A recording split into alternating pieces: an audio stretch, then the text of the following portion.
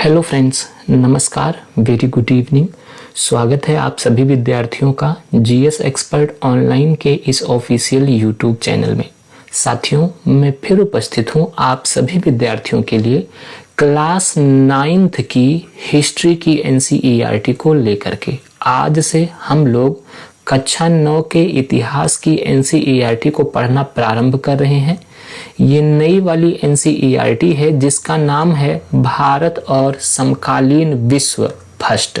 याद रखना, इस पुस्तक का नाम क्या है? भारत और समकालीन विश्व फर्स्ट। ये कक्षा 9 के लिए इतिहास की पाठ्य पुस्तक है। जैसा आप सभी विद्यार्थी जानते हैं, इस क्लास में मतलब क्लास 9 की इतिहास की एनसीईआरटी में कुल मिलाकर के 5 चैप्टर हैं, जिसमें पहला चैप्टर है फ्रांसीसी क्रांति, दूसरा चैप्टर है यूरोप में समाजवाद एवं रूसी क्रांति, तीसरा है नात्सीवाद और हिटलर का उदय, चौथा है वन्य समाज एवं उपनिवेशवाद और पांचवा है विश्व में चरवाहे। तो आज हम आप लोग मिल करके पहला चैप्टर फ्रांसीसी क्रांति को अच्छे तरीके से समझने का प्रयास करेंगे, जो हर एक एग्जाम के पॉइंट ऑफ व्यू से बहुत ही ज़्यादा इम्पोर्टेंट होने वाला है। तो साथियों, जितने भी लोग हमारे साथ उपस्थित हैं, सभी विद्यार्थी एक बार इस सेशन को शेयर कर दीजिएगा और नए स्टूडेंट चैनल को सब्सक्राइब करके बेल आइकन को जरूर प्रेस कर लेना और क्लास पसंद आएगी तो एक लाइक का बटन आप लोग जरूर प्रेस कीजिएगा। जैसा आप सभी विद्यार्थी जानते हैं कि हम लोग जो एनसीईआरटी की श्रृंखला चला रहे हैं, इसमें हम लोग पहले क्लास 9th के थ्योरी सेक्शन को कंप्लीट करेंगे। थ्योरी सेक्शन को समझने के बाद अच्छे तरीके से एमसीक्यूज मतलब इस चैप्टर से रिलेटेड जितने प्रश्न बन पाएंगे, उन प्रश्नों को एमसीक्यूज के फॉर्मेट में सॉल्व करेंगे और साथ ही साथ में अगर किसी एग्जाम में कोई प्रीवियस ईयर का क्वेश्चन पेपर है तो उसे भी हम लोग डिस्कस करने का प्रयास करेंगे। तो चलिए साथियों, हम लोग शुरू करते हैं। आज का जो पहला चैप्टर हमारा होने वाला है, उस पहले चैप्टर का नाम है, यहाँ पर पहला चैप्टर लिखा हुआ है जिसका नाम है फ्रांसीसी क्रांति। देखिए साथियों, बहुत ध्यान से आप लोग इस चैप्टर को सुनना और पूरा एक कहानी के तरीके समझने का प्रयास करना। मैं जितनी बात आपको बताऊंगा, सबसे पहला नंबर तो एक शब्द आता है जिस शब्द में लिखा है क्रांति। बहुत सारे विद्यार्थी इस बात से कंफ्यूज रहते हैं कि क्रांति का मतलब होता है कि हथियार लेकर के लड़ाई झगड़ा करना, उसी को क्रांति कहा जाता है। नहीं साथियों, हथियार लेकर के बंदूक गोला बारूद लेकर के लड़ाई करना ही क्रांति नहीं कही जाती है। क्रांति का वास्तव में जो मतलब होता है ना, क्रांति का मतलब होता है अचानक से कोई बदलाव आ जाए। अचानक से क्या आ जाए? अचानक से कोई बहुत बड़ा बदलाव या अचानक से कोई बहुत बड़ा परिवर्तन हो जाए, उसी को हम लोग बोलते हैं क्रांति। जैसे देखो, हमारे देश में बहुत सारी क्रांति चलाई गई थी। जैसे आपको पता होगा श्वेत क्रांति, याद है आप सभी विद्यार्थियों को? श्वेत क्रांति क्यों आई थी? तो हमारे देश में जो बच्चे जन्म ले रहे थे और जो युवा थे, इन लोगों के शरीर में प्रोटीन की कमी हो जा रही थी, जिसकी वजह से ये कुपोषित होकर के मर जा रहे थे। तो हमारे सरकार ने क्या किया?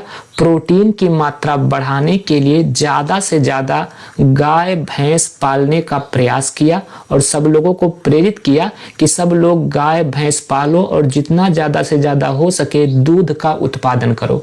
तो अचानक से जैसे दूध कम था हमारे देश में, तो अचानक से दूध का उत्पादन में बहुत बड़ा बदलाव, उसे हम क्रांति कहते हैं। ठीक है, वैसे ही रजत क्रांति हमारे देश में आई थी ना, अंडा उत्पादन को बढ़ाने के लिए रजत क्रांति। ऐसे आपने सुना होगा हरित क्रांति, मतलब हमारे देश में भूखमरी बहुत ज़्यादा फैली थी, तो गेहूं जैसे अनाजों के उत्पादन को अचानक से बढ़ाने के लिए हम लोगों ने हरित क्रांति लाई। साथियों, क्रांति का मतलब ध्यान रखना, हमेशा युद्ध करना या हथियार लेकर के घूमना ही नहीं होता। क्रांति का मतलब होता है बदलाव या परिवर्तन जो अचानक से हो जाए। अच्छा, अब यहाँ पर जो क्रांति की बात हो रही है वो हम लोग पढ़ेंगे फ्रांसीसी क्रांति। मतलब आखिर फ्रांस में क्या बदलाव करना चाहती थी वहां की जनता। आखिर फ्रांस की जो जनता थी वो किसी चीज से परेशान थी और उस चीज को वो बदलना चाहती थी, इसीलिए इसको हम लोग कहते हैं फ्रांसीसी क्रांति। तो फ्रांस कहाँ है, पहले आप लोग ये ध्यान से देख लीजिए। आप लोग जानते हैं हमारे धरती पर कुल 7 महाद्वीप है। इन 7 महाद्वीपों में यहाँ पर आप लोगों को एक महाद्वीप दिखाई पड़ेगा साथियों, जो कि ग्रीन कलर में दिखाई पड़ रहा है। इसको हम लोग क्या बोलते हैं, यूरोप महाद्वीप। ये पूरा जो जमीन का टुकड़ा है इसे हम लोग बोलते हैं यूरोप महाद्वीप ना। ये पॉइंट क्लियर है। इसके जस्ट बगल में अगर आप लोग देखोगे तो यहाँ पे आप लोगों को एशिया महाद्वीप दिखाई पड़ेगा।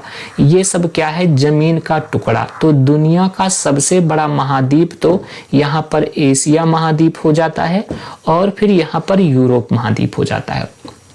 जैसे साथियों एशिया महाद्वीप में हमारा देश भारत है, यहाँ पर है ना अपना देश भारत। वैसे ही यूरोप महाद्वीप में एक देश है जिस देश का नाम है फ्रांस। किस महाद्वीप में फ्रांस है, यूरोप महाद्वीप में। अच्छा, और अच्छे तरीके से दिखा दूं, ये मैप आप लोग देखोगे अगर तो इस मैप में यहाँ से साथियों ये वाला पूरा जो एरिया आप देख रहे हो, इस वाले पूरे जमीन को हम लोग बोल देते हैं यूरोप। ये कौन सा महाद्वीप है, यूरोप महाद्वीप है। इसी यूरोप महाद्वीप में यहाँ आपको एक देश दिखाई पड़ेगा जर्मनी के पास में, जिस देश का नाम है फ्रांस। ठीक है ना, ये पॉइंट आशा करता हूँ आप लोगों के समझ में आ गया होगा। अच्छा, इस यूरोप महाद्वीप के इस पूरे भाग को हम थोड़ा जूम कर लेते हैं। जब जूम करेंगे साथियों तो ऐसा हमको मिलेगा। इसमें आप अगर देखोगे तो ये यूरोप महाद्वीप का नक्शा है। इस यूरोप महाद्वीप के अंदर ये वाला देश क्या हो जाएगा, फ्रांस। ठीक है ना, इसी फ्रांस देश के बगल में यहाँ आपको जर्मनी दिखेगा, इसके बगल में स्विट्जरलैंड यहाँ येलो कलर में मिलेगा, इसके नीचे इटली मिलेगी और यहाँ पर मिलेगा स्पेन और यहाँ मिलेगा पुर्तगाल। ठीक है, लेकिन हम किस क्रांति की बात कर रहे हैं, फ्रांसीसी की। तो यहाँ फ्रांस का लोकेशन याद रखना। और फ्रांस की राजधानी क्या है साथियों, तो आप लोग याद रखना वर्तमान में फ्रांस की राजधानी है पेरिस। यहाँ पर क्या है, फ्रांस की राजधानी पेरिस। अच्छा, फ्रांस हो गया। अब फ्रांस के संदर्भ में आप लोग 2 स्थान का नाम याद कर लीजिएगा। कौन सा 2 स्थान, सबसे पहला नंबर साथियों, फ्रांस में एक स्थान था उस टाइम पर जिसका नाम था बास्तील का दुर्ग या बास्तील का किला। अभी मैं पहले एक बैकग्राउंड थोड़ा सा बता दूं, लोकेशन वगैरह बता दूं, तब अच्छे तरीके से आपके समझ में आ जाएगा। बास्तील का किला क्या था, ये साथियों बास्तील के किले के अंदर एक जेल थी। कहां पर, इसी पेरिस में, फ्रांस की राजधानी पेरिस में ही एक जेल, एक किला था जिसका नाम था बास्तील, और उसी बास्तील के किले में एक जेल थी। अच्छा, किला का मतलब होता है जैसे चारों तरफ से बाउंड्री कर दी गई थी, चारों तरफ से मान लीजिएगा दीवार कर दिया गया, ठीक है, और एक साइड में गेट कर दिया गया। अब इसके अंदर ढेर सारे घर थे। इसके अंदर क्या बनाया गया था, ये ढेर सारा घर बनाया गया था जहां बड़े अमीर लोग रहा करते थे। बात समझ रहे हैं ना, ये घर बना दिया गया। तो जब चारों ओर से किला कर दिया गया तो किला के अंदर एक कमरा मान लीजिए ये वाला हो गया, इसको हमने क्या कह दिया, जेल।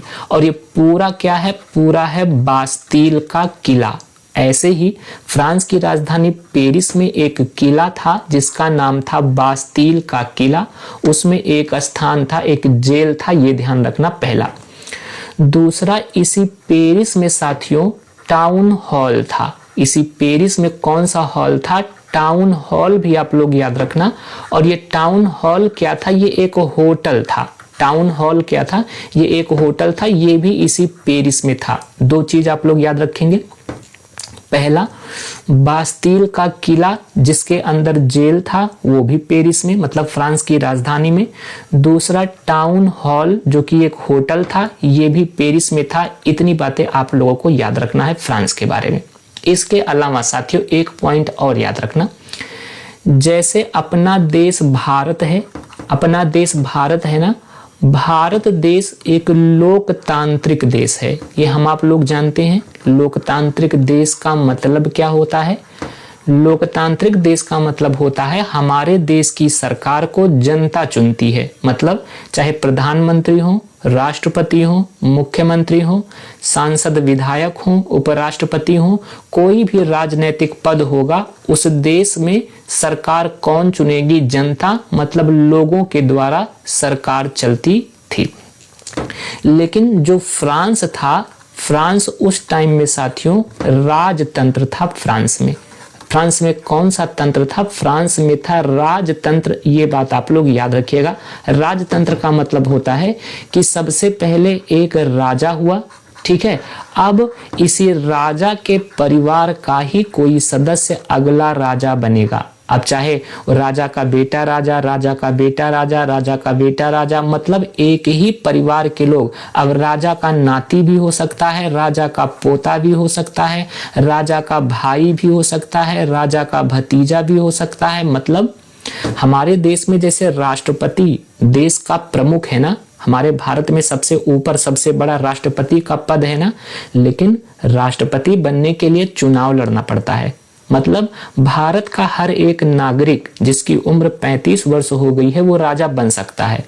लेकिन फ्रांस में क्या था, जो एक बार राजा बन गया अब उसी के परिवार का कोई सदस्य अगला राजा होगा। तो वहां पर जो राजा होते थे फ्रांस में, उनको कहा जाता था लुई, ठीक है। जैसे मान लीजिए अपने देश में मुगल वंश आया था ना, तो मुगल वंश के अंतर्गत बाबर, हुमायूं, अकबर ये लोग थे। वैसे ही फ्रांस में मान लीजिएगा जो लुई थे, तो लुई के नाम से सारे राजा आते थे। Louis 1, Louis 2, Louis 3, Louis 4, Louis 5।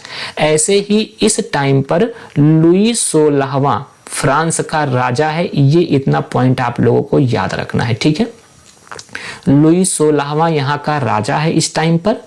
और फ्रांस में कौन सा तंत्र चल रहा है? राजतंत्र चल रहा है। और फ्रांस का लोकेशन मैंने बता दिया, बास्तील का किला मैंने बता दिया, और टाउन हॉल मैंने आपको बता दिया।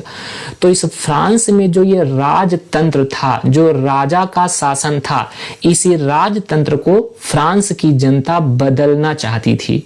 वो राजतंत्र के स्थान पर लोकतंत्र लाना चाहती थी। क्यों लाना चाहती थी, ये सारा डिटेल अभी हम लोग समझेंगे। लेकिन बेसिक सी इतनी बात मैंने आपको बता दी कि फ्रांसीसी क्रांति का मतलब होता है कि फ्रांस में जो राजा का शासन था उसे समाप्त करके लोकतंत्र लाना था। फ्रांसीसी क्रांति का उसी से संबंध है, ये बात आप लोग याद रखना। अब सुनिएगा बहुत ध्यानपूर्वक आप लोग सारी बातें कि जनता आखिर ये बदलाव क्यों लाना चाहती थी। जनता को राजा का शासन क्यों पसंद नहीं आ रहा था। आखिर राजा ने ऐसा क्या काम कर दिया कि जनता उससे दुखी हो गई और राजा को हटा करके अपने द्वारा चुनी गई सरकार लाना चाहती थी। सुनिएगा हर एक स्टेटमेंट लाइन बाय लाइन, क्योंकि एग्जाम में ऐसे ही क्वेश्चंस आते हैं।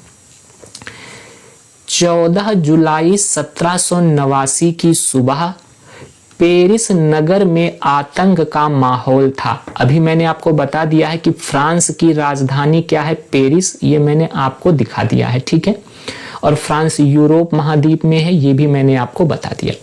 तो 14 जुलाई 1789 को फ्रांस की क्रांति हुई थी। पहला नंबर तो आप ये ध्यान रखिएगा, ठीक है। 14 जुलाई 1789 की सुबह पेरिस नगर में आतंक का माहौल था। सम्राट कौन थे? लुई 16वां। यहां पर ये भी आप लोगों से पूछेगा तो यहां नोट कर लीजिएगा। सम्राट लुई 16वां ने सेना को शहर में घुसने का आदेश दे दिया था। अफवाह थी कि वह सेना को नागरिकों पर गोलियां चलाने का आदेश देने वाला है। अब ध्यान से सुनिए, जो फ्रांस की जनता थी उस जनता के बीच में एक अफवाह फैल गई। वो अफवाह क्या थी? अफवाह ये थी कि उसके देश के जो सम्राट हैं, जो लुई 16वां है, उसने वहां के सेना को शहर में घुसने के लिए बोल दिया है और कहा है कि फ्रांस के जितने लोग हैं, फ्रांस की जितने नागरिक हैं, उन नागरिकों पर गोली चला करके मार दो। ये फ्रांस की जनता को पता चलता है। कब? 14 जुलाई 1789 की सुबह। अच्छा, अब जब किसी देश की जनता को वहां का राजा मारना चाहेगा तो क्या होगा? सारे लोग परेशान हो गए। तो सभी लोगों ने लगभग 7,000 मर्द तथा औरतें टाउन हॉल के सामने एकत्रित हुए और उन्होंने एक जन सेना का गठन करने का निर्णय किया था। अब टाउन हॉल मैंने आपको बताया था ना, फ्रांस की राजधानी पेरिस में एक होटल था जिसे हम लोग बोलते हैं टाउन हॉल। इस टाउन हॉल के सामने 7,000 मर्द और औरत इकट्ठा हो गए। क्यों इकट्ठा हुए? क्योंकि इन मर्द और औरतों को चिंता हो गई है कि राजा ने सेना को आदेश दे दिया है कि फ्रांस के नागरिकों पर गोली चला दो। अच्छा, अब ये 7,000 लोग मिल करके एक सेना का गठन कर लिए तुरंत। ठीक है, इन 7,000 लोगों ने एक सेना का गठन कर लिया। कहाँ? टाउन हॉल पेरिस में। क्यों इकट्ठा किया होगा? इन्हीं राजा के खिलाफ। अच्छा, हथियारों की खोज में वे बहुत से सरकारी भवनों में जबरन प्रवेश कर गए। मतलब ये जो 7,000 लोगों की मर्द और औरतों की सेना बनी, ये लोग फ्रांस में जितने सरकारी कार्यालय थे, सारे सरकारी कार्यालय में घुसने लगे कि कहीं से हथियार, गोला बारूद मिल जाए, ताकि जिस सेना को लुई 16वां ने जनता पर गोली चलाने का आदेश दिया है, उसके खिलाफ यहाँ की जनता लड़ पाए। इतना पॉइंट आप लोगों को आशा करता हूं क्लियर होगा। ये स्थान है टाउन हॉल। अगर आप लोगों को ये स्थान दिखाई पड़ रहा हो तो इसी को हम लोग बोलते हैं टाउन हॉल, जो कि कहां पर है? ये फ्रांस की राजधानी पेरिस में एक होटल है। ये बात आप लोग याद रखना। इसी होटल के सामने 7,000 मर्द और औरत इकट्ठा होकर के जन सेना का निर्माण करते हैं और फ्रांस में जितने सरकारी कार्यालय होते हैं, सारे कार्यालयों में धावा बोल देते हैं और वहां से हथियार, गोला बारूद चुराने लगते हैं ताकि सेना के खिलाफ ये लोग लड़ सकें। अच्छा भाई साहब, आगे सुनिएगा थोड़ी सी बात। ये तो कहानी हो गई। आगे ये था, अंततः सेना बन गई। अंततः सैकड़ों लोगों का एक समूह पेरिस नगर के पूर्वी भाग की ओर चल पड़ा और बास्तील किले की जेल को तोड़ डाला, जहां भारी मात्रा में गोला बारूद मिलने की संभावना थी। मतलब जब 7,000 लोगों ने मिल करके एक जनसेना बनाई और जगह जगह सरकारी कार्यालयों को लूटने लगे ताकि उनको गोला बारूद मिल जाए, तो उन लोगों को गोला बारूद मिल गया। मिलने के बाद ये लोग बास्तील का जो किला था, ये भी कहां पर था? पेरिस में। मैंने आपको बताया था ना, यहां पर इनको ये लगा कि शायद बास्तील का जो जेल है वहां पर भी गोला बारूद मिल जाए, इसलिए ये लोग बास्तील के किले में जो जेल था उसका भी ताला तोड़ डाला। लेकिन वहां गोला बारूद इनको नहीं मिला। गोला बारूद नहीं मिला, लेकिन वहां पर हथियारों पर कब्जे की इस सशस्त्र लड़ाई में बास्तील का कमांडर मारा गया। तो ये सारे लोग मिल करके जो बास्तील का जेल देख रहा था, जो सैनिक था वहां पे नियुक्त, उसको मार दिया और जो कैदी उस जेल में थे उन सारे कैदियों को छुड़ा लिया। यद्यपि उनकी संख्या केवल 7 थी, मतलब केवल 7 कैदी उस जेल में थे। अच्छा, सम्राट की निरंकुश शक्तियों का प्रतीक होने के कारण बास्तील किला लोगों की घृणा का केंद्र था। यह बात जरूर याद रखना कि जो बास्तील का जेल था वो सम्राट के निरंकुशता का प्रतीक था। निरंकुशता का मतलब क्या होता है कि सरकार के ऊपर कोई अंकुश नहीं लगा सकता था। सरकार की जो मर्जी वो करती, चाहे जिसे गोली मारने का आदेश दे दे, चाहे जिसे सोना बांटने का आदेश दे दे, मतलब जो सरकार चाहे वो कर सकती थी। उस पर कोई अंकुश नहीं था। क्यों? क्योंकि जनता ने तो उसे चुना नहीं था, तो उसे डर भी नहीं था कि हम अगले चुनाव में हार जाएंगे। उसको तो पता था मैं कुछ भी करूं, राजा तो राजा ही रहेगा, चाहे अच्छा करे चाहे बुरा। तो ये राजा क्या करता था, अगर कोई फ्रांस की जनता कुछ उदंडता या दुष्टता करती थी तो उसे तुरंत इसी बास्तील के जेल में बंद कर देती थी। इसीलिए फ्रांस की जनता ये जानती थी कि बास्तील का किला बहुत खतरनाक चीज है और इससे ये लोग कर देते घृणा।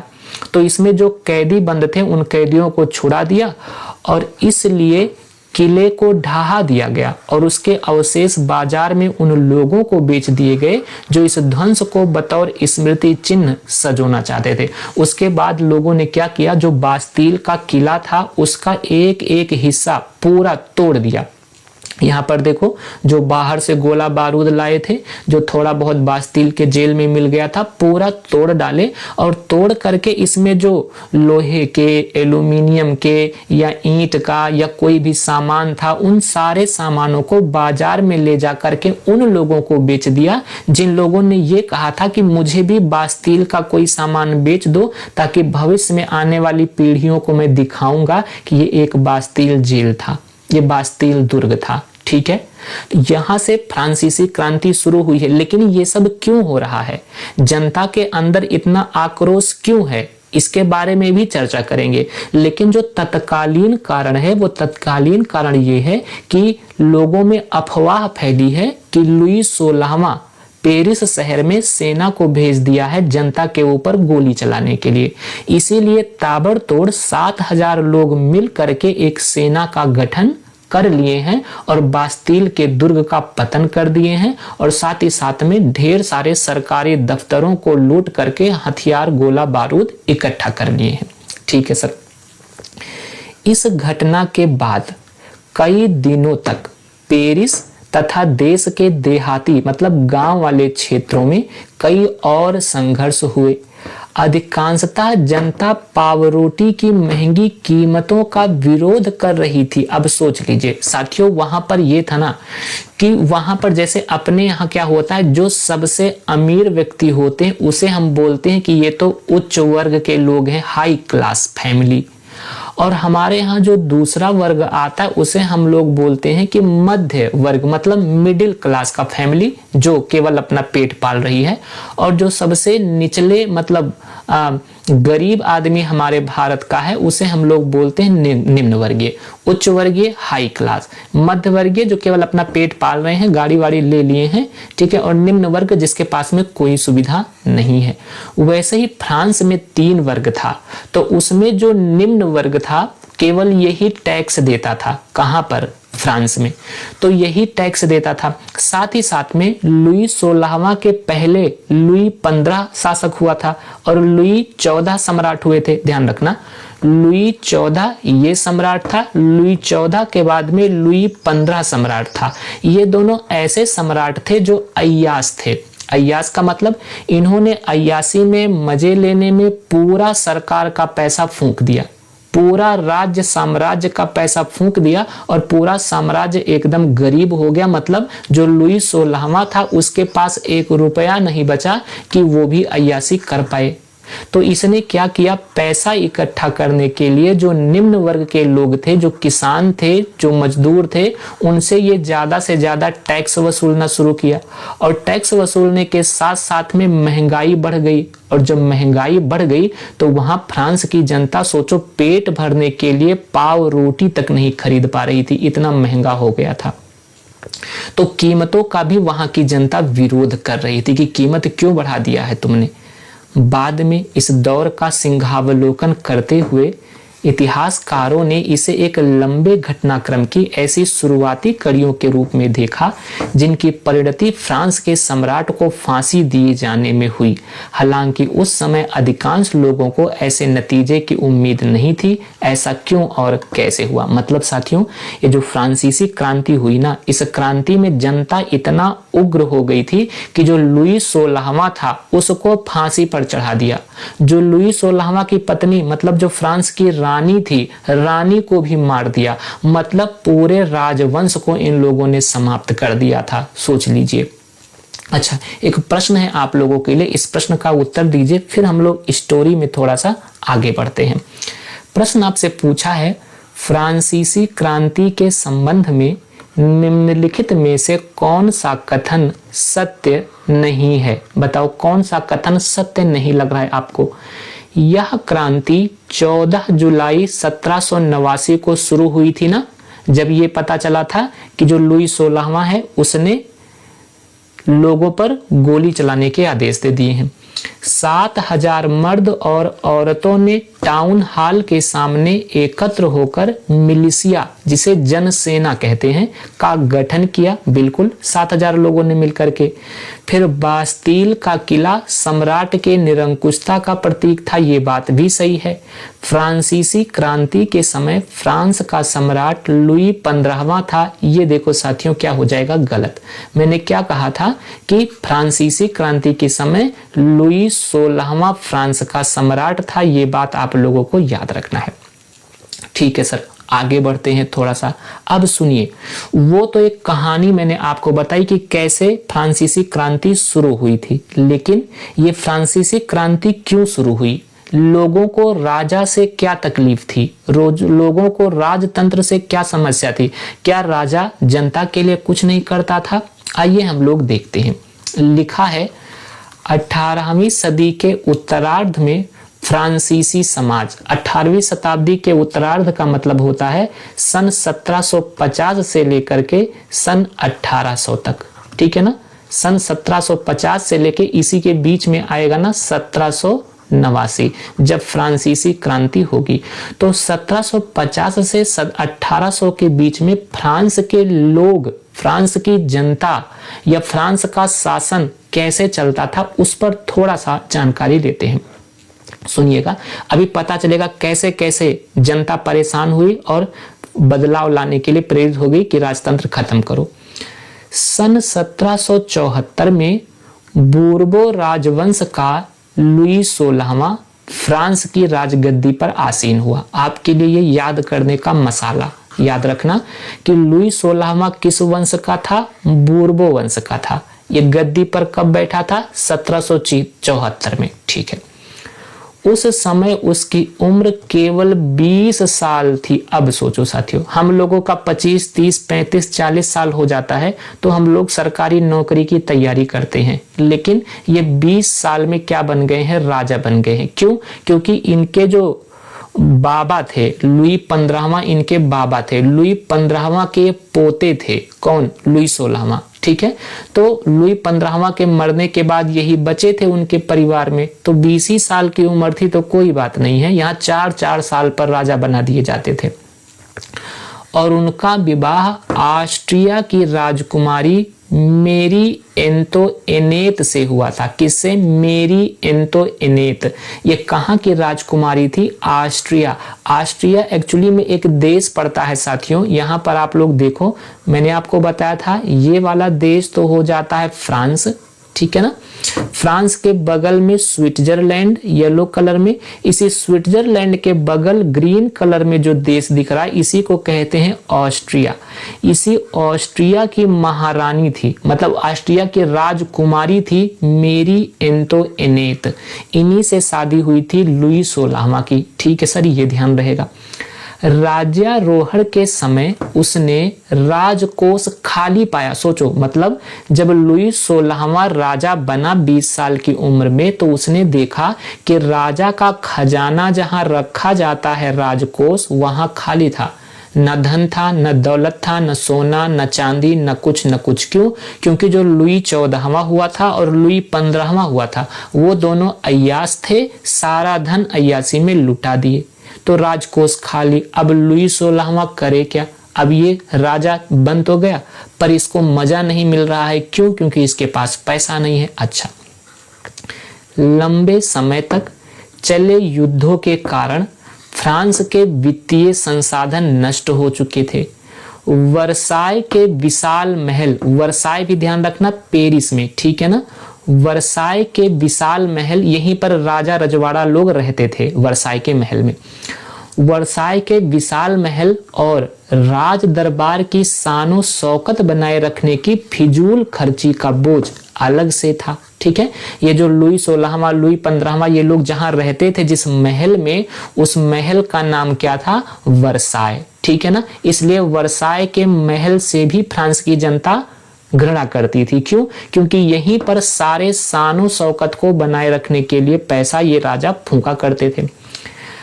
लुई 16वां के शासनकाल में फ्रांस ने अमेरिका के 13 उपनिवेशों को साझा शत्रु ब्रिटेन से आजाद कराने में सहायता दी थी। ठीक है ना। फ्रांस ने अमेरिका के 13 उपनिवेशों को साझा शत्रु ब्रिटेन से आजाद कराने में सहायता दी।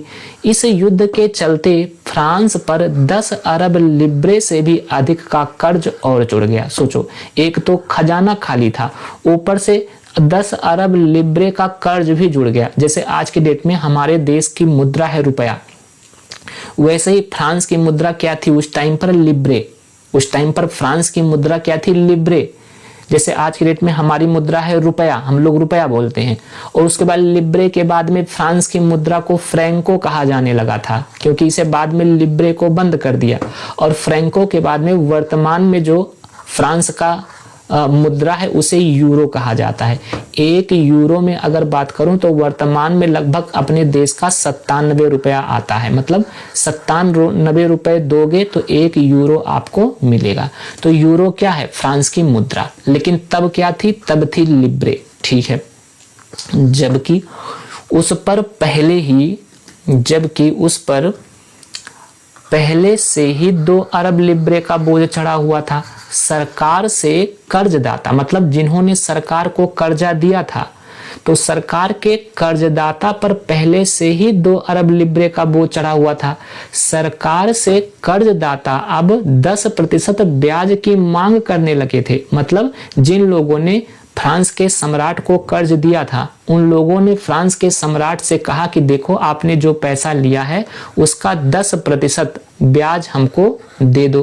क्योंकि फ्रांस के सम्राट ने सारा पैसा अमेरिका में जो युद्ध चल रहा था उस युद्ध में खर्च कर दिया, और वर्साय में जो महल था उसके शानो शौकत में खर्च कर दिया था, उसके बदले कर्जा भी ले लिया था, ठीक है। फलस्वरूप फ्रांसीसी सरकार अपने बजट का बहुत बड़ा हिस्सा दिनों दिन बढ़ते जा रहे कर्ज को चुकाने पर मजबूर थी। अब ये पैसा कहां से पाएगी सरकार? आखिर आप लोग सोचो, ये इतना कर्जा सरकार के ऊपर चढ़ा है फ्रांस में, ये पैसा कहां से लाएगी? यही विवाद की जड़ होगी। अभी पैसा कहां से लाएगी? अपने नियमित खर्चे, सरकार का कुछ डेली खर्चा होता है, जैसे सेना के रखरखाव पर खर्चा, राज दरबार में खर्चा, सरकारी कार्यालयों को वेतन वगैरह देना, विश्वविद्यालयों को चलाने के लिए फ्रांसीसी सरकार करों में वृद्धि के लिए बाध्य हो गई। मतलब सरकार फ्रांस की जनता से अब ज्यादा से ज्यादा टैक्स वसूलेगी। जितना पैसा होगा जनता से टैक्स लेगी। पर यह कदम भी नाकाफी था। लेकिन कितना टैक्स लगाओगे? टैक्स से सारा पैसा थोड़ी ना पूरा होने वाला है। 18वीं सदी में फ्रांसीसी समाज 3 स्टेट में बटा हुआ था। ये पॉइंट जरूर याद रखना। जैसे अभी मैंने बताया कि हमारे देश में एक उच्च वर्ग है, हाई क्लास की फैमिली, जो एरोप्लेन से चल रहे हैं, रतन टाटा, अंबानी, अडानी, ये सब। एक दूसरा है मध्य वर्ग, जैसे हम आप लोग रहे, खा पी रहे हैं, जीवन चल रहा है, जिंदगी में एक आध घर बनवा लिए, नहीं तो एक आध गाड़ी वगैरह ले लिए, बस। और एक तीसरा वर्ग है जिसे हम लोग बोलते हैं निम्न वर्ग, ठीक है, जिनके पास कोई व्यवस्था नहीं है। वैसे ही 18वीं सदी में फ्रांस में जो लोग थे उनका 3 स्तर था। जैसे हम लोग कहते हैं ना, हमारा स्टेटस ये है, तो हमारा स्टेटस क्या है? मध्यम वर्ग, ठीक है। तो वैसे ही फ्रांस में 3 स्टेटस था। पहला, और केवल तीसरे स्टेट के लोग, मतलब जो जनसाधारण ही थे, वही टैक्स देते थे, बस। अब देखो, मैं आपको तीनों को पहले दिखा दूं, फिर आता हूं यहां पर। सबसे पहले जो प्रथम स्टेट के लोग थे, जो पहला स्टेटस सबसे ऊंचा लोग था, वो पादरी वर्ग थे। मतलब जो ईसाई धर्म के लोग, जो चर्च की देखरेख करते थे, जो ईसाई धर्म का प्रचार प्रसार करते थे, ये लोग थे पहले स्तर पर। द्वितीय स्तर पर था कुलीन वर्ग। कुलीन वर्ग का मतलब जिनके पास अच्छा खासा रुपए पैसे हुआ करता था, जो राजा महाराजा हुआ करते थे, तो वो कुलीन वर्ग में आते थे, ठीक है। और ये तीसरा स्टेट जो होता था, इसमें बड़े बड़े व्यवसायी, उद्योगपति, व्यापारी, अदालती कर्मचारी और वकील, ये लोग थे। मतलब तृतीय स्टेट भी 3 स्तर में था। उसके बाद में किसान और कारीगर लोग थे, और सबसे नीचे छोटे किसान, भूमिहीन मजदूर और नौकर। तो होता क्या था कि जो टैक्स देना था वो केवल तीसरे स्टेट के लोग ही टैक्स देते थे। ये पॉइंट आप लोग जान लीजिएगा। और सोच लो, जो छोटा किसान है जिसके कितना टैक्स दे सकता है, और जो भूमिहीन मजदूर है जिसके पास भूमि ही नहीं है वो कितना टैक्स देगा। और फिलहाल नौकर क्या टैक्स देगा, किसान लोग कितना टैक्स देंगे, कारीगर कितना टैक्स देंगे। ऊपर वाले मानो थोड़ा बहुत टैक्स दे सकते हैं, लेकिन नीचे वाले कैसे देंगे। पर फ्रांस के सम्राट, फ्रांस की सरकार के पास कर्जा बहुत बढ़ गया था, इसलिए उसको चाहे जहां से पैसा लाना था कहीं और से ला नहीं सकते थे, तो इन लोगों के ऊपर टैक्स उन्होंने बढ़ा दिया और महंगाई भी खूब बढ़ गई थी। और कुलीन वर्ग वालों से, मतलब जो बहुत ज्यादा अमीर थे, जैसे आज की डेट में अपने यहाँ मैं कहूँ आपको, जैसे अडानी हो गए, अंबानी का हो गया, रिलायंस का हो गया, टाटा का हो गया, ये सब जो बड़े बड़े घराने हैं इनको टैक्स नहीं देना पड़ता था, क्योंकि ये कुलीन वर्ग थे। और जो राजा महाराजा थे वो भी, मतलब जो ज्यादा पैसा कमा रहा है वो टैक्स नहीं देगा, और जो कम पैसा बेचारा अपना पेट पाल रहा है वो केवल टैक्स देगा। इस बात से भी फ्रांस की जनता बहुत क्षुब्ध थी कि आखिर ऐसा क्यों किया जा रहा है भाई साहब। तो यहाँ पर ये पॉइंट आप लोग याद रखना, आपसे पूछेगा कि फ्रांस का समाज 3 स्टेटस में बटा था, और केवल जो तीसरा स्टेटस था ना वही टैक्स अदा करता था। ठीक है सर। वर्गों में विभाजित फ्रांसीसी समाज मध्यकालीन सामंती व्यवस्था का अंग था। सामंती व्यवस्था का मतलब क्या होता है, जमींदारी व्यवस्था। सामंती व्यवस्था का मतलब केवल ये समझो, जैसे हमारे देश में क्या होते थे, जमींदार होते थे ना, जिनके पास में ढेर सारा जमीन होता था। जमींदार के पास क्या होता था, ढेर सारा जमीन। तो वैसे ही फ्रांसीसी सम्राट ने कुछ लोगों को 1000, 2000, 10,000 बीघे जमीन दे दी थी। तो जिसको जमीन दिया उनको कहते थे सामंत। ठीक है, हमारे यहाँ कहते हैं जमींदार। तो जमींदार क्या करता है, जमीन किसान को दे देता है, और किसान से खेती के बदले जमींदार क्या लेता है, टैक्स लेता है। वैसे ही फ्रांस में था, वहां पर जमींदार को सामंत कहते थे। तो सामंत के पास में जमीन होती थी, और सामंत जमीन किसान को देता था, और किसानों से सामंत टैक्स वसूलता था, और ये टैक्स ले जाकर के राजा को या सम्राट को देता था। तो वहां पर फ्रांसीसी सामंती व्यवस्था का अंग था। ठीक है, सुनिए। प्राचीन राजतंत्र पद का प्रयोग सामान्यतः सन 1789 से पहले के फ्रांसीसी समाज एवं संस्थाओं के लिए होता था। चित्र 2 फ्रांसीसी समाज की वर्ग व्यवस्था को दर्शाता है। मैंने पीछे आपको दिखा दिया ना अभी, कौन सी वर्ग व्यवस्था थी, प्रथम स्टेटस, द्वितीय स्टेटस, तृतीय स्टेटस, मैंने दिखा दिया। पूरी आबादी में लगभग 90% किसान थे। सोचो, अगर मानो फ्रांस में 100 लोगों की जनसंख्या थी तो 90 किसान थे, और किसान ही टैक्स देते थे।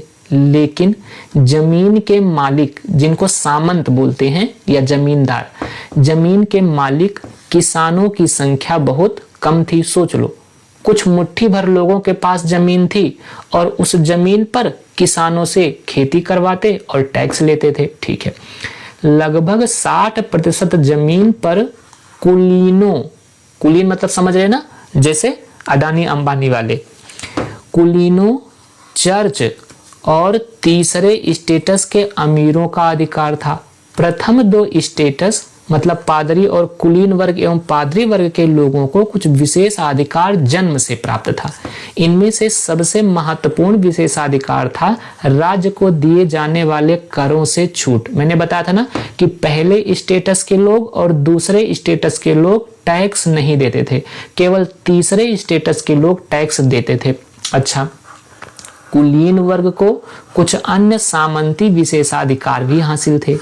वह वे किसानों से सामंती कर वसूलते थे। समझ रहे हैं ना, किसान अपने स्वामी की सेवा, स्वामी के घर पे भी, स्वामी के खेतों में काम करना और स्वामी को सैन्य सेवाएं देना और सड़कों के निर्माण में सहयोग देना, ये करने के लिए बाध्य थे। कौन? किसान। अब सोचो, किसान जो जमींदार है या जिसे सामंत बोलते हैं, सामंत के लिए किसान कौन कौन काम करता था। जब वो सामंत या जमींदार बोल दे कि मेरे घर पर आकर के कुछ काम कर देना, तो किसान लोग उसके घर पे जाके काम करते थे।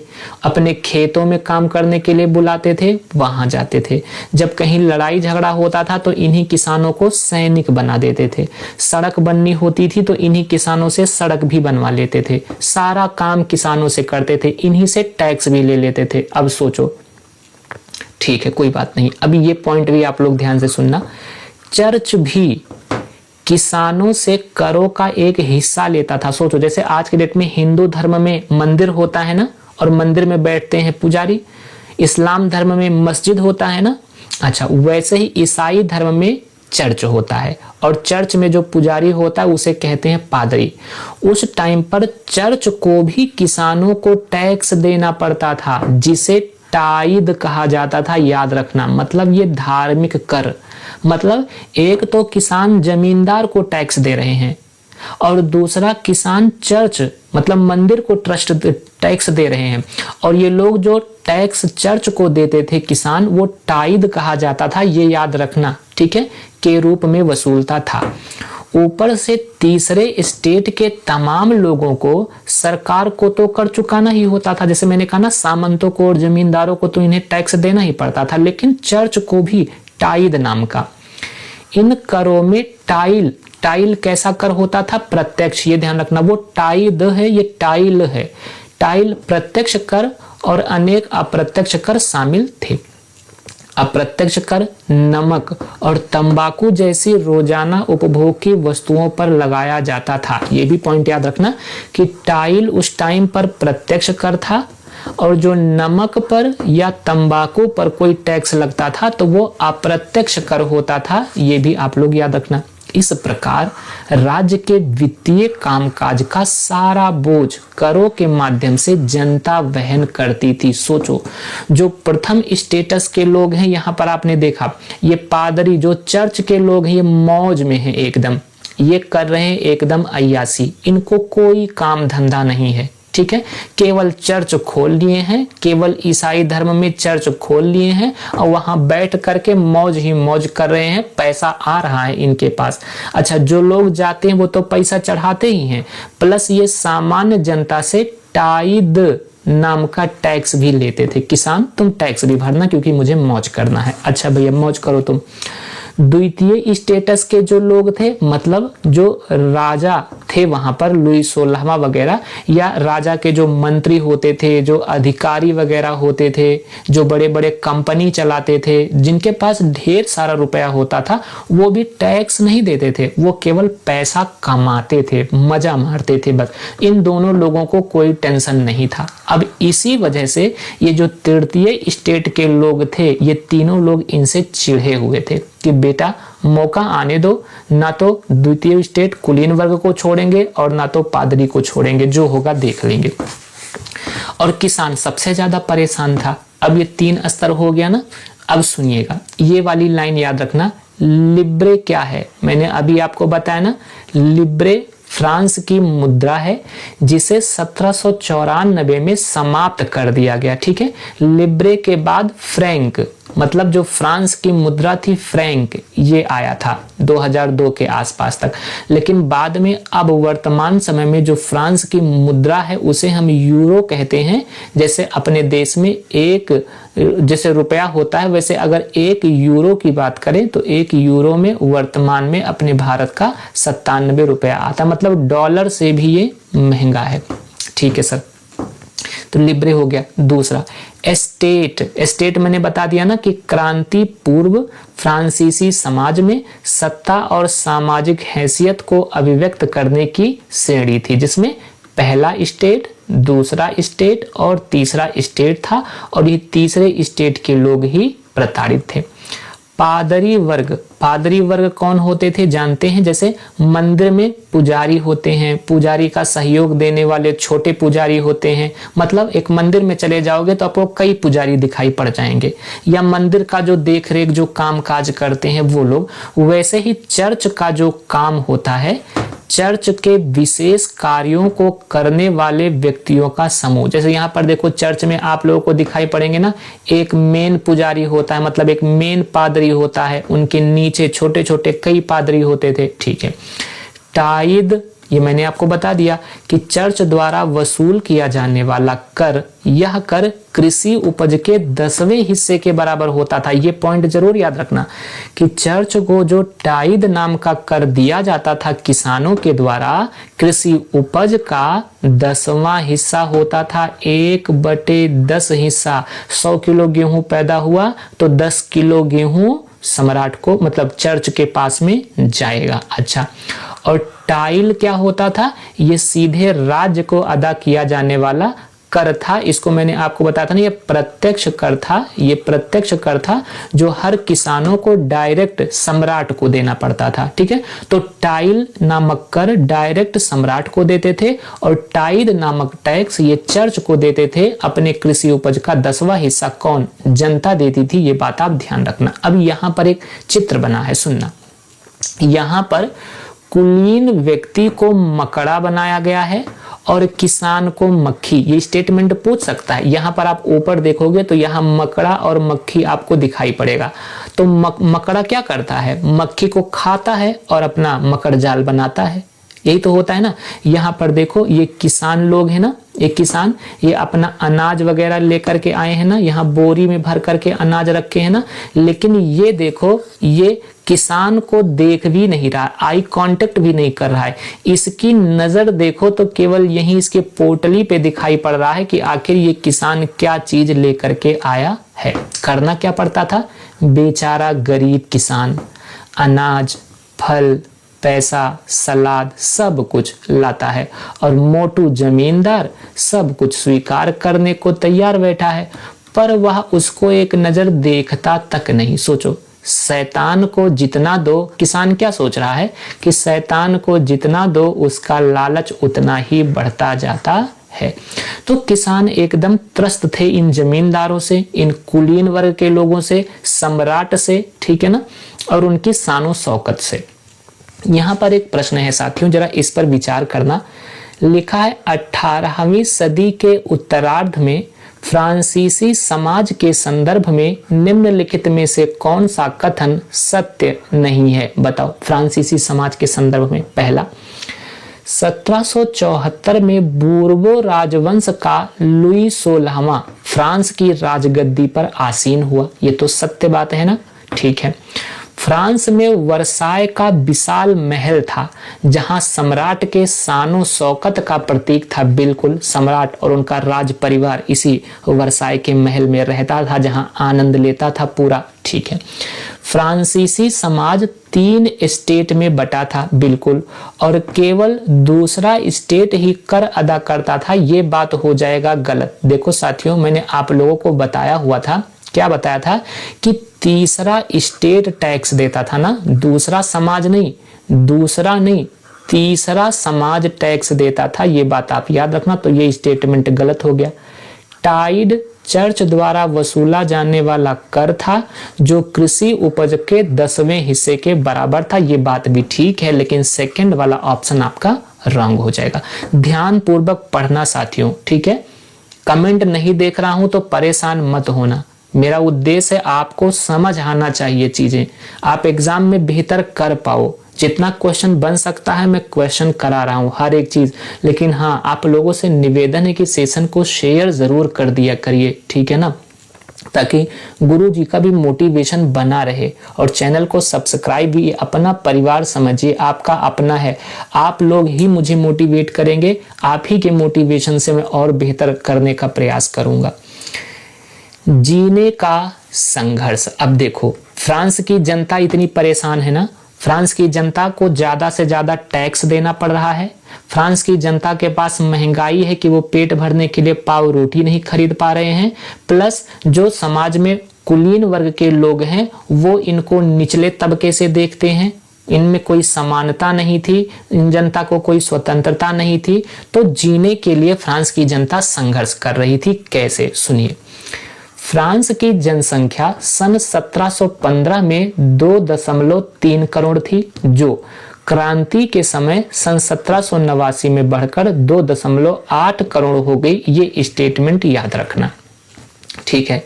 परिणामतः मतलब इस वजह से अनाज उत्पादन की तुलना में उसकी मांग काफी तेजी से बढ़ गई। अनाज का उत्पादन ज्यादा हो नहीं रहा था, लेकिन जनसंख्या तो बढ़ गई, उत्पादन नहीं बढ़ा, पर मांग तो बढ़ेगी ना। अधिकांश लोगों के मुख्य खाद्य पाव रोटी, उस टाइम पर फ्रांस के लोग पाव रोटी खूब खाते थे। पाव रोटी की कीमत में तेजी से वृद्धि हो गई। अधिकतर कामगार कारखानों में मजदूरी करते थे और उनकी मजदूरी मालिक तय करते थे, ठीक है ना, 10 रुपए देना है कि 20 रुपए, लेकिन मजदूरी महंगाई की दर से नहीं बढ़ रही थी। सोचो, फलस्वरूप अमीर गरीब की खाई चौड़ी होती गई, अमीर और अमीर होते चले गए, गरीब और गरीब होते चले गए। स्थितियां तब और बदतर हो जाती जब सूखे या ओले के प्रकोप से पैदावार गिर जाती। सोचो भाई, जब मौसम बदल जाए, जलवायु बदल जाए, किसानों की फसल बर्बाद हो जाए, तब तो पाव रोटी और महंगी हो जाएगी। इससे रोजी रोटी का संकट पैदा हो जाता था। ऐसे जीविका संकट प्राचीन राजतंत्र के दौरान फ्रांस में काफी आम थे। सोचो, सारा बोझा यही तीसरे स्टेट के लोग, जीविका संकट का मतलब ऐसी चरम स्थिति जब जीवित रहने के न्यूनतम साधन भी खतरे में पड़ने लगते हैं। और अनाम का मतलब जिसका नाम ना पता हो उसको अनाम कहते हैं। अच्छा, ये सारा सिचुएशन हुआ। अब मध्य वर्ग का उदय हुआ। जैसे अपने भारत में एक मिडिल क्लास के लोग हैं, मिडिल क्लास जिनके पास एक घर है बढ़िया सा, हो सकता है वो एक आध 4 चक्का छोटा बहुत ले लिए हैं, बोलेरो लोरो स्विफ्ट डिजायर वगैरह जो कुछ, एक आध बाइक वाइक रख लिए हैं और उनका घर चल रहा है। ये है मध्य वर्ग के लोग, ठीक है। उभरता मध्य वर्ग ने विशेषाधिकारों के अंत की कल्पना की और कोई भी देश में आंदोलन यही मध्य वर्ग के लोग करते थे। जैसे हमारे देश में देखो, अंग्रेजों के टाइम पर हमारे यहाँ वकील, शिक्षक, डॉक्टर, साहित्यकार, ये लोग मध्य वर्ग हुआ ना। इन लोगों ने कांग्रेस की स्थापना करी। वैसे ही एक समझदार मध्य वर्ग का उदय हुआ फ्रांस में। कैसे, सुनिए। पहले भी कर बढ़ने, एक तो टैक्स बढ़ा, इससे जनता परेशान क्योंकि महंगाई बढ़ी, और साथ ही साथ में अकाल के समय किसान और कामगार विद्रोह कर चुके थे, परंतु उनके पास सामाजिक एवं आर्थिक व्यवस्था में बुनियादी बदलाव लाने के लिए साधन एवं कार्यक्रम नहीं थे। परेशान तो थे, लेकिन करें क्या। ये जिम्मेदारी तीसरे स्टेट के उन समूहों ने उठाई जो समृद्ध और शिक्षित होकर के नए विचारों के संपर्क में आ सके थे। मतलब फ्रांस में मध्य वर्ग कौन था? ये तीसरे स्टेट का जो अपर लेवल मैंने आप लोगों को बताया था, तीसरे स्टेट का अपर लेवल कौन सा होता है? ये लोग मध्य वर्ग वास्तव में ये जो तीसरे स्टेट का ऊपर, और हर देश में यही मध्य वर्ग होता है, जो बड़े बड़े व्यवसायी हैं, उद्योगपति, जो व्यापारी लोग हैं, जो अदालत में कर्मचारी हैं, जो वकील हैं, जो शिक्षक हैं, इन लोगों को मध्यम वर्ग के लोग कहा जाता है। तो ये मध्यम वर्ग के लोग भाई वीड़ा उठाए। क्या उठाए? 18वीं सदी में एक नए सामाजिक समूह का उदय हुआ जिसे मध्य वर्ग कहा गया, जिसने फैलते समुद्र पारीय व्यापार और ऊनी तथा रेशम वस्त्रों के उत्पादन के बल पर संपत्ति अर्जित की। अपने फ्रांस में नहीं, फ्रांस देश के बाहर समुद्र को पार करके व्यापार किया और पैसा कमाया। ऊनी और रेशमी वस्त्रों जैसे भारत वगैरह से ले जाते थे और खूब पैसा कमाते थे। या तो निर्यात किया जाता था या समाज के समृद्ध लोग उसे खरीदते थे। तो ज्यादातर तो ये लोग निर्यात मतलब दूसरे देशों को बेचते थे। तीसरे स्टेट में इन सौदागरों एवं निर्माताओं के अलावा प्रशासनिक सेवा व वकील जैसे पेशेवर लोग भी शामिल थे। ये सभी पढ़े लिखे थे और इनका मानना था कि समाज के किसी भी समूह के पास जन्मना विशेषाधिकार नहीं होना चाहिए। अब ये जो पढ़ लिख करके आए, तो पढ़ लिख करके आने के बाद इन लोगों ने कहा कि चाहे वो सम्राट हो, चाहे वो चर्च हो, चर्च का पादरी हो, और चाहे वो कुलीन वर्ग के लोग लोग हों, जन्म से किसी को कोई अधिकार नहीं मिला है। राजा का बेटा ही राजा बने ये मैं नहीं मानूंगा, ये कोई जन्म का अधिकार नहीं। फ्रांस का हर एक व्यक्ति राजा बनना चाहिए। ठीक है, किसी भी व्यक्ति की सामाजिक हैसियत का आधार उसकी योग्यता ही होनी चाहिए। बिल्कुल, जो योग्य होगा वही बनेगा राजा, वही बनेगा सब कुछ। स्वतंत्रता, समान नियमों तथा समान अवसरों के विचार पर आधारित समाज की यह परिकल्पना। अब यहाँ पर देखो कौन एक विद्वान आया, उसका नाम था जॉन लॉक। ठीक है, और एक व्यक्ति था जिसका नाम था ज्यां जॉक रूसो। दो व्यक्ति, लॉक और रूसो, कहाँ के हैं? फ्रांस के। ठीक है, जैसे दार्शनिकों ने प्रस्तुत की।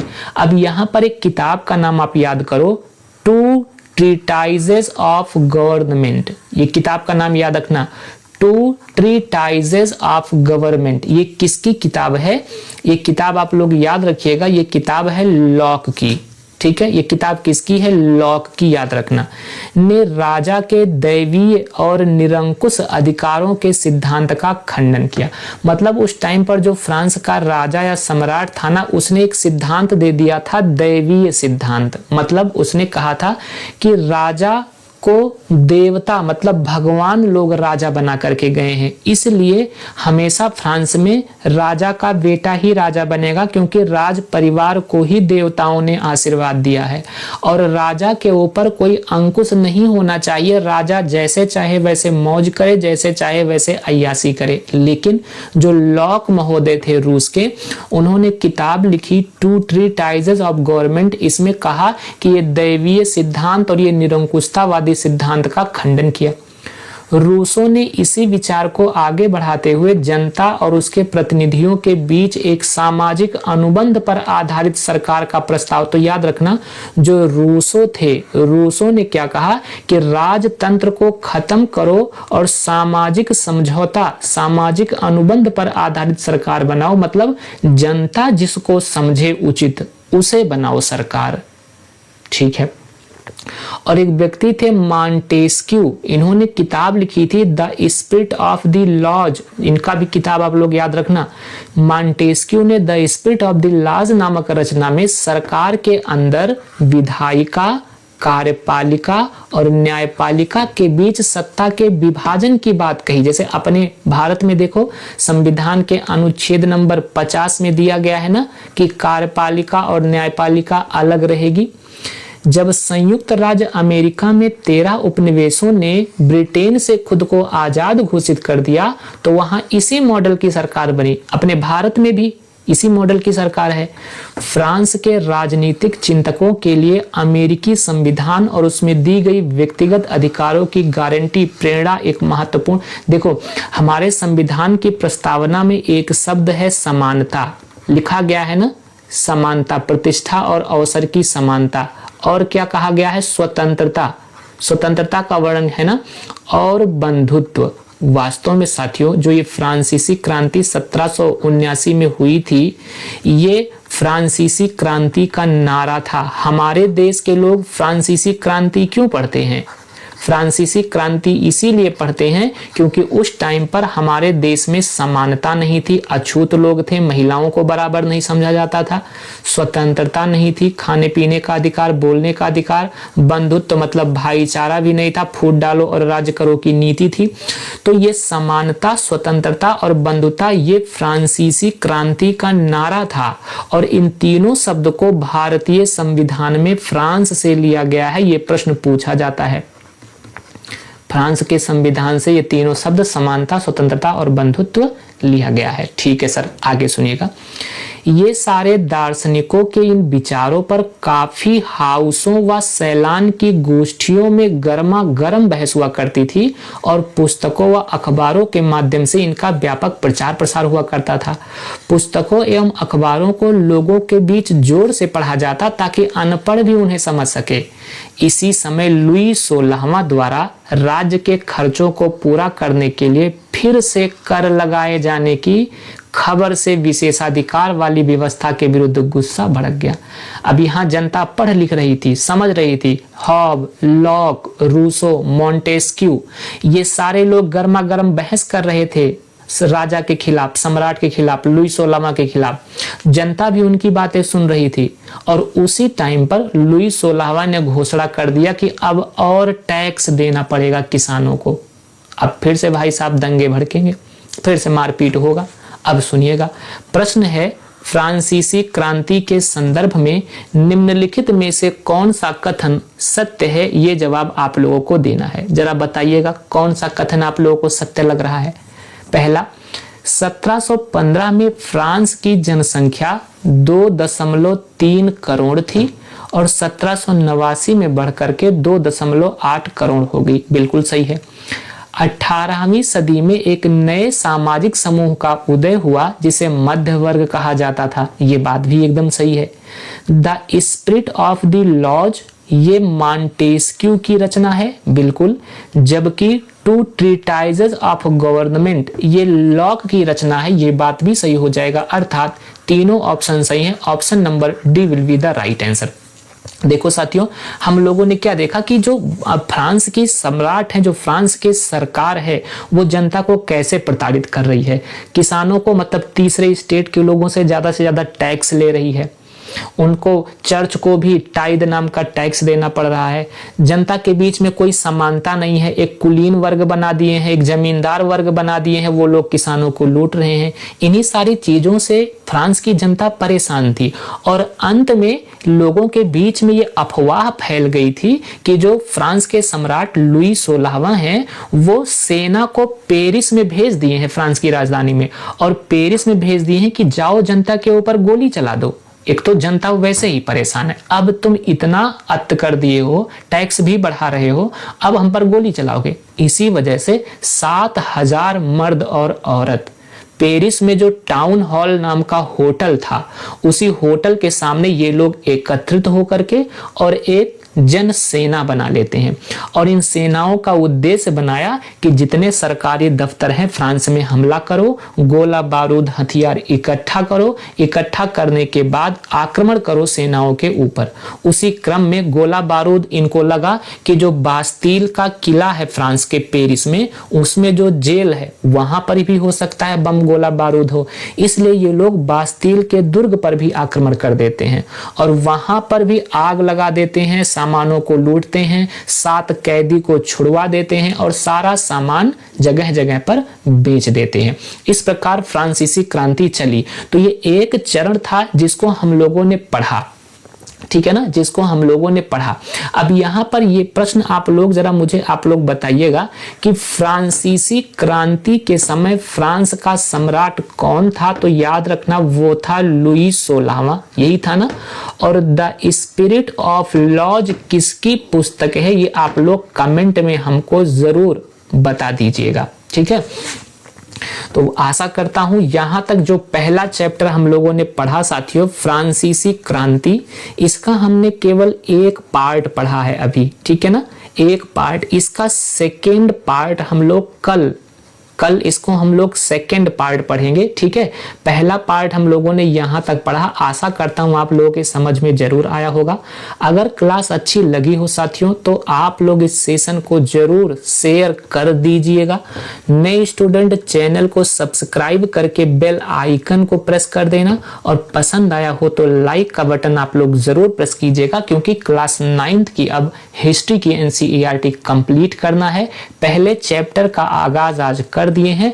कल इसके अगले पार्ट की ओर हम लोग बढ़ेंगे कि फ्रांसीसी क्रांति में आगे क्या हुआ, वर्साय का पतन कैसे हुआ, फ्रांसीसी लुई 16वां को फांसी कैसे दी गई, उसकी पत्नी कैसे मारी गई, ये सारी चीज डिटेल हम लोग अगली क्लास में पढ़ेंगे, ठीक है।